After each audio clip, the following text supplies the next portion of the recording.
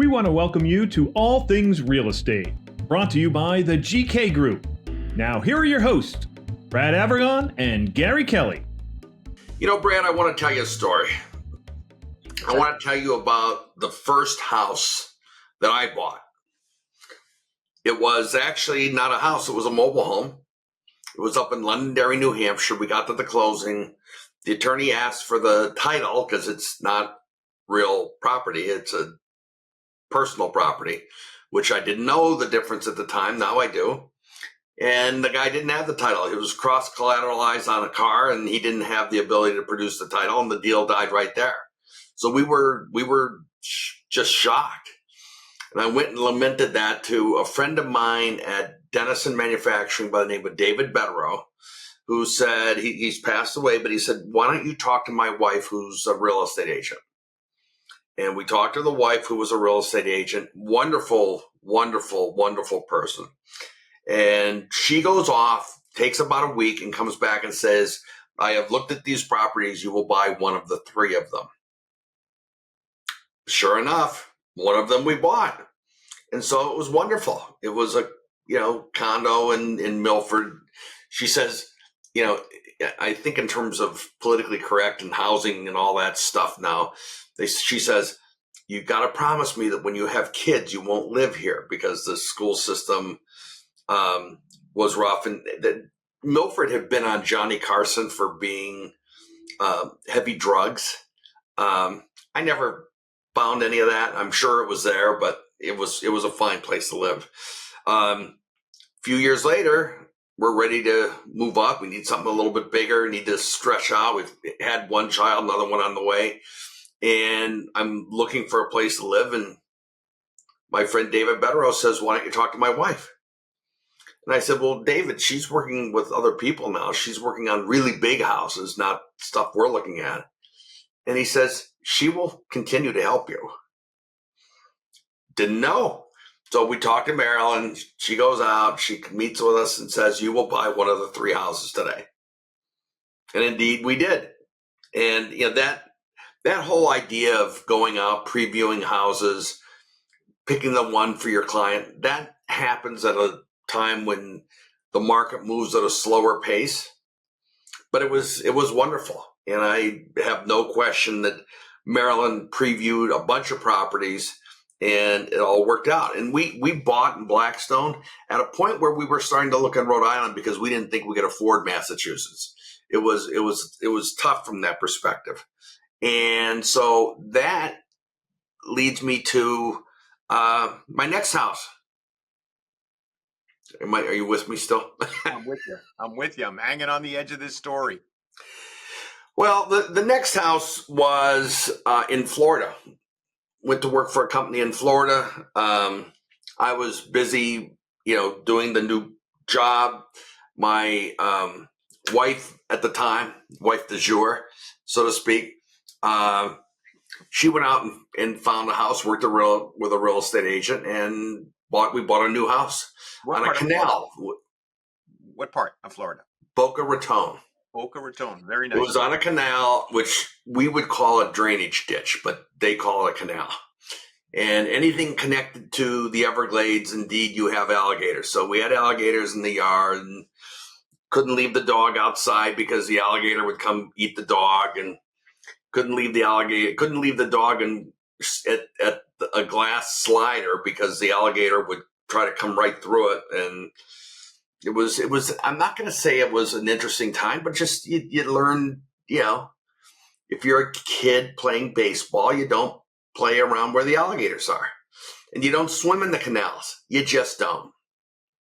So that lasted about a year, and then we really discovered we didn't like Florida.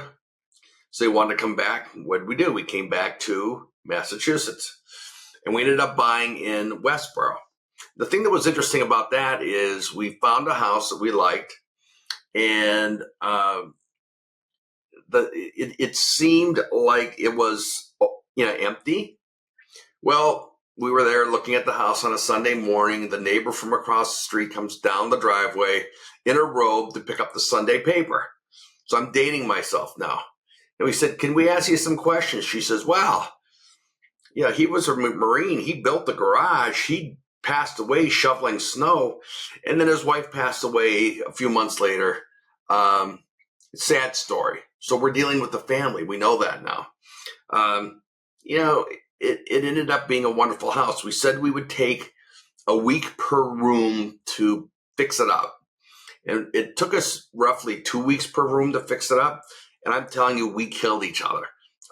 It was rough. Every hour we weren't working, we were painting something or improving something. And we had some friends that did some help. And one guy in particular, who lives in Grafton to this day, installed a bay window for us, which was really quite kind of nice. So it was nice overall. And then we got to a point where, I was living alone. The girlfriend didn't want to stay in that house, and so we found another house again in Westboro, and moved into that. But the thing that's interesting is, no matter how many spreadsheets we would do and how much research we would do, ultimately it came down to a feeling. We would walk into the building and say, this is it. I've been with people that have walked into buildings and said, we don't care what it's going to take. We want this house. And I say, well, actually, you do care what it's going to take. The bank may not approve it, but those are my stories, Brad. What are your stories? So it's interesting that you use the comment, "This is it." So uh, my wife and I, when we were looking for our first home, um, we would drive around, and and at the time, it was interesting what you talked about. This was pre. I can look up every house that's available on the internet, and the portal, so to speak, the gatekeeper of all housing information was in fact the realtor. They had little tiny 4-inch terminals in their office that were this. They were not online. They were not. There was no internet. This was just this teletype system. They could pull up some information, but they had more importantly, and most often used, was this thing like the yellow pages. For those that remember the yellow pages, a giant book of properties, and you could see a picture of the property, what looks like a listing today, and some information on it. So you would go and you'd work with the realtor, and you would find these homes, and you'd get a list of homes, and you would drive around, usually do a drive-by, right? You could drive around if you wanted to. Sometimes the realtor would go out and look at them in advance and take you on a little tour, right? That was a big thing back then too, because not only did the realtor take you on the tour, but in order for the realtor to know their area, they had to go on tours. So Right. typically Thursdays and Tuesdays, after office, quote unquote, office meetings that were weekly, the realtors would caravan, was the term. They would caravan. They would all go around to see each other's listings and other listings in the town. And because they didn't have access to a lot of information, they knew their region, they knew their town, maybe the next town over that abut. But you didn't have realtors going, for example, to Cape Cod. They didn't know that market. Right. They'd refer you to another realtor down there. So we we would get a list of homes, and we would go looking at these homes, and we would drive around it. My wife would say, "You're more than welcome to go in that house, but we won't be buying it. Yeah, I will not be getting out of this car." And we're not good. And then she would go and she would find another home that I would walk into, and she's like, "Isn't this beautiful? Isn't this great? Isn't that?" And I'm like, "Yeah, but I'm not going in on this. I'm not." And so we would basically be in two polar ends, and then, as you said, we would walk into the house and we would look at each other and say, "This is it. This is the one." And I used to feel bad for the realtors because we would, you know, we would bicker, with us, and then I'd say, "Listen, this is just how we communicate. Don't worry, this is all good." And at the end, they say, "Yeah, we were in agreement. This is the one. This is the one we want to make the offer on." And so we did that. We bought our first home. It was a little 2-bedroom house in Marlboro, and yeah, and then kind of went from there. It's very interesting. And that was that. So that house was done. There was a little bit that needed to be updated, but not a lot. Not a lot. We, did some wallpaper, paint, things like that, added a staircase to the deck, so we could get down to the lower level, but not too much. And it's funny. So we had no furniture. So I remember there was a big furniture sale down on Route 1, and I think, I don't know if we rented a pickup. I think we rented a pickup truck because I didn't have a pickup. And anyway, we went down, we bought all this furniture, and I tied it loosely on the top. And I remember driving that thing home thinking, we look like the Beverly Hillbillies, like in that big truck with all the furniture hanging out and all this other stuff. But yeah, it's funny. Those are good. You talk about, you practically can kill each other during those weeks. They're good times though. They're good things that cement you, I think, together if you don't kill each other. But there's a lot of decisions that come when you buy a home.